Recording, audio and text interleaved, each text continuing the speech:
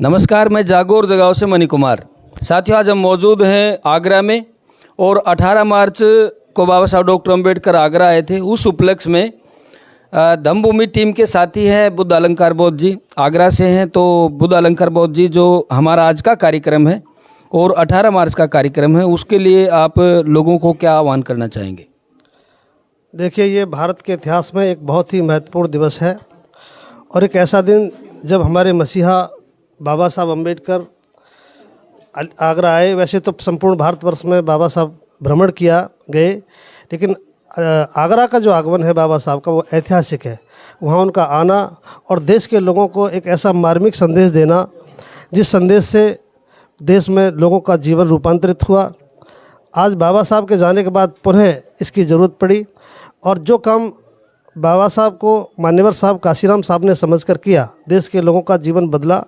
आज ठीक उसी के समानांतर बाबा साहब के उस भाषण को, बाबा साहब की उस आवाज़ को, बाबा साहब की उस तकलीफ़ को अगर समझने का काम किया है, तो श्रद्धेय भंते करुणा सिंह राहुल जी ने पुनः बाबा साहब की बात को समझा और बाबा साहब के आगमन को बिल्कुल जीवंत कर डाला और पूरे देश को बताया कि बाबा साहब क्यों आगरा आए, बाबा साहब ने ऐसा क्या आगरा में कहा। और आप समझिए कि बाबा साहब के आने की जो घटना कुल मामूली लोग जानते थे, आज पूरा देश इसलिए जानता है कि उसको श्रद्धेय भंते करुणा सिंह राहुल जी ने पूरे देश को बताया, समझाया और उनके आने का मकसद बताया। तो आज जो हम यहाँ मौजूद हैं 18 मार्च से पूर्व, आज हम मौजूद हैं 18 मार्च की तैयारियों में। और जो बहुत महत्वपूर्ण बात वो ये है, जो बहुत दिन से छूट रही थी, कि बाबा साहब ने जो कुछ कहा उसको जीवंत करने का काम, उसको आम जनता को बताने का काम किया है। और ये अपील की है भंते जी ने कि आओ इस 18 मार्च धम्म कारवां में बाबा साहब की आवाज़ में आवाज़ मिलाएं और एक नया आगाज़ करें। बाबा साहब की अगवानी करने के लिए ये कार्यक्रम 18 मार्च का लगभग पुराने 10 वर्ष से हो रहा है, लेकिन इस वर्ष जो भंते जी ने और सुंदर काम किया वो ये है कि जिस तरह बाबा साहब 18 मार्च को आए, तो बाबा साहब की अगवानी के रूप में, बाबा साहब की अगुवाई करने के रूप में एक बुद्धा शांति मार्च, जिसे हम इंग्लिश में कह सकते हैं बुद्धा पीस मार्च का आयोजन किया है। ये बुद्धा पीस मार्च इतना अद्भुत और लोकप्रिय बन गया है कि जहां हमें उम्मीद थी उससे ज़्यादा लोग तो आज ही आ चुके हैं।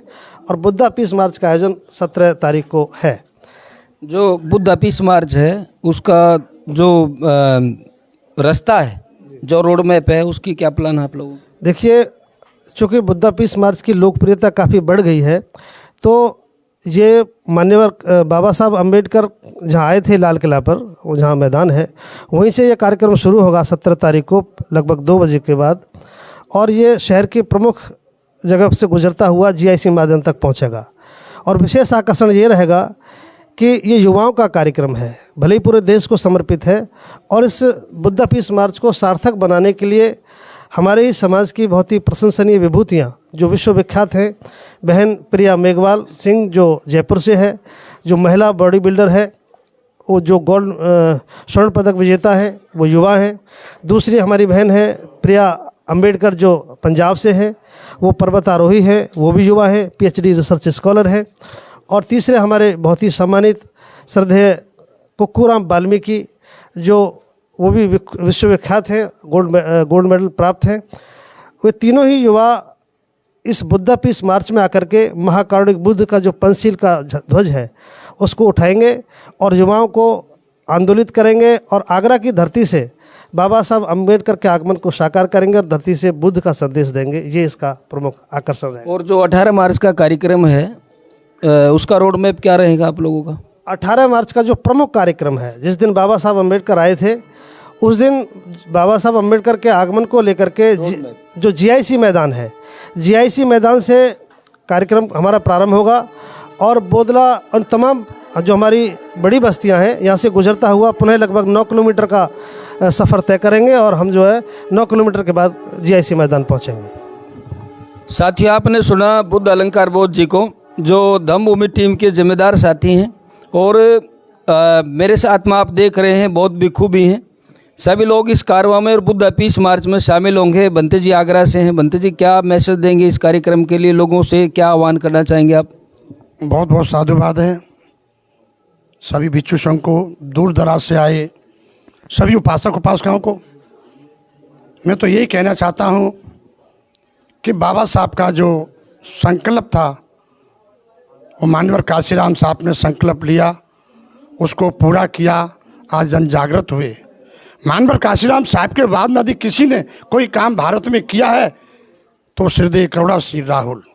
उनकी अमृत वाणी पूरे भारत में जन जन प्रदेशों में गूंज रही है। उस वाणी को सभी लोग हृदय ढंग से, आदर सम्मान से, और हमारी टीम को धम्मभूमि को आदर देते हैं। जितना आदर धम्मभूमि को मिलता है वो किसी भूमि को नहीं मिलता। धम्मभूमि भारत की भूमि है।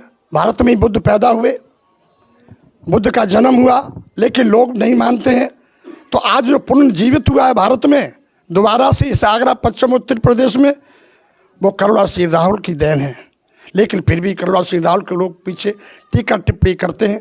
लेकिन आज तक हमारे भंते जी ने, हमारे आचार्य ने कभी किसी गुरु के प्रति, कभी उपासक उपासिकाओं के प्रति कभी कोई टिप्पणी नहीं की। उन्होंने सीधे अपने जो बुद्ध के वचन है, जो बुद्ध की वाणी है, अमृत वाणी है, उसी वाणी को उन्होंने दोहराया, कभी किसी पे छीटा टिप्पणी नहीं की। और आज जो कार्यक्रम हो रहा है आगरा की धरती पर, पश्चिमी उत्तर प्रदेश में विशाल कार्यक्रम है जिसमें लाखों की आने की संभावना है। इतना बड़ा कार्यक्रम मैं कहता हूँ इंडिया का भिक्खु कोई भी नहीं कर सकता। मठाधीश हो सकते हैं, बिहार के बड़े हो सकते हैं, लेकिन धर्म कारवा नहीं कर सकते, बाबा साहब का संकल्प पूरा नहीं कर सकते। और आज 20 मार्च है, कल 18 मार्च है। जिस रास्ते से बाबा साहब डॉक्टर अंबेडकर चले थे पैदल, उसी रास्ते से हमारे भंते करुणा सिंह राहुल के नेतृत्व में पूरी टीम भिक्षु संघ उपासक उपासिकाएं चलकर वही नेतृत्व करेंगे और वही वचन होंगे जो बाबा साहब डॉक्टर अंबेडकर ने आकर के सन 1956 में आगरा में दिए थे। वो वचन सभी हम एक साथ सभी वाचन करेंगे।